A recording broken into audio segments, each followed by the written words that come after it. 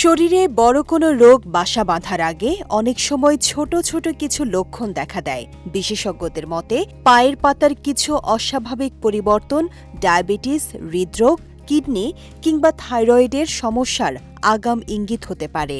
তাই এসব লক্ষণকে অবহেলা না করে প্রয়োজন হলে চিকিৎসকের পরামর্শ নেওয়া উচিত। পায়ের পাতার উপর থাকা লোম যদি হঠাৎ ঝরে যেতে শুরু করে তাহলে এটি রক্ত সঞ্চালনের সমস্যার লক্ষণ হতে পারে।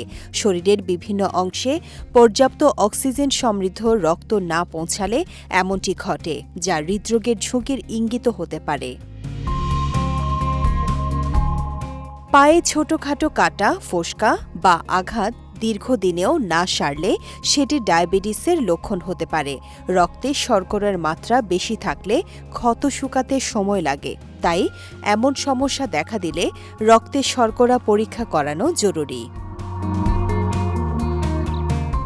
পায়ের পাতা অস্বাভাবিকভাবে ফুলে গেলে তা কিডনি, হৃদযন্ত্র বা লিভারের সমস্যার ইঙ্গিত হতে পারে। এছাড়া উচ্চ রক্তচাপ, আর্থ্রাইটিস, ভিটামিন ডি এর ঘাটতি কিংবা গর্ভাবস্থার কারণেও পা ফুলতে পারে।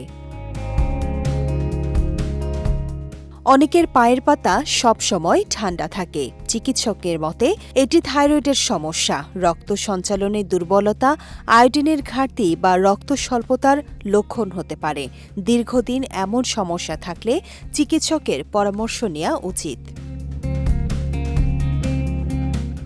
এছাড়া বারবার পায়ের পাতায় টান ধরা বা খিঁচুনি হলে শরীরে ম্যাগনেসিয়াম, ক্যালসিয়াম কিংবা পটাশিয়ামের ঘাটতি থাকতে পারে।